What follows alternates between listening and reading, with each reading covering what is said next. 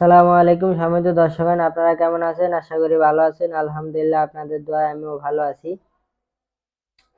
তো সম্মানিত দর্শকগণ,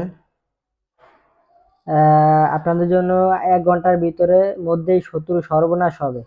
যে কোনো ক্ষতি হবে, শত্রু সর্বনাশ হয়ে যাবে 1 ঘন্টার ভিতরে।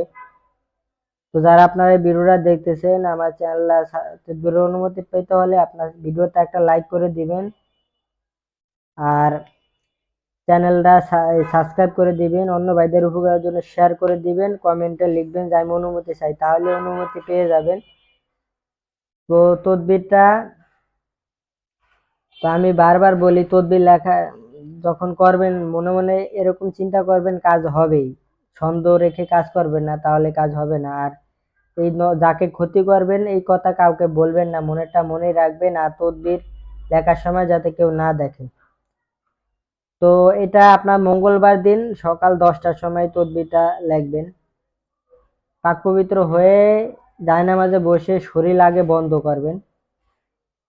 আয়াতুল কুরসি 3বার পরে শরীর বন্ধ করে জায়নামাজে বসে কেবলামুখী হয়ে সামনে মোমবাতি আগরবাতি জ্বালাবেন মঙ্গলবার দিন সকাল 10টায়। তারপরে নিচের নকশাটি লাল কলম দিয়ে আপনারা সাদা কাগজে লিখবেন, অতি দ্রুত লিখবেন যেভাবে আছে, ঠিক আছে? হ্যাঁ, এটা মনে হয় সম্ভবত যেভাবে লেখা আছে সেম এভাবেই লিখবেন। এটা হচ্ছে লাম, এটা হচ্ছে মিম, আর এটা এখানে যেভাবে লেখা আছে এভাবে লিখবেন। এটা একটু গোলা গোলা দেখা যাইতেছে। তো আপনারা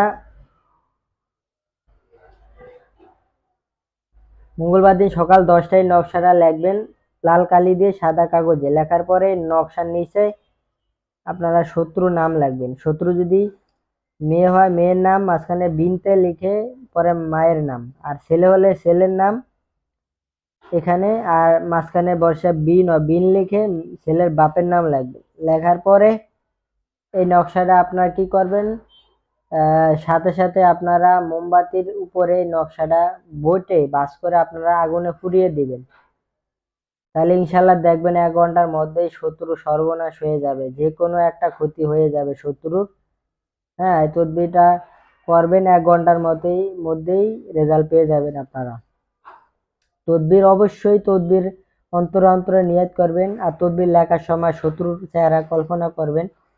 আর মনের নিয়ত থাকবে 100% কাজ হবেই। একবার কাজ না হলে দ্বিতীয়বার একই নিয়মে প্রয়োগ করবেন, কাজ হবেই, মিস নাই, ঠিক আছে? কাজ হবেই। তো আশা করি আমার কথা বুঝতে পারছেন। তো এতটুকু। আসসালামু আলাইকুম ওয়া রাহমাতুল্লাহি ওয়া বারাকাতুহু।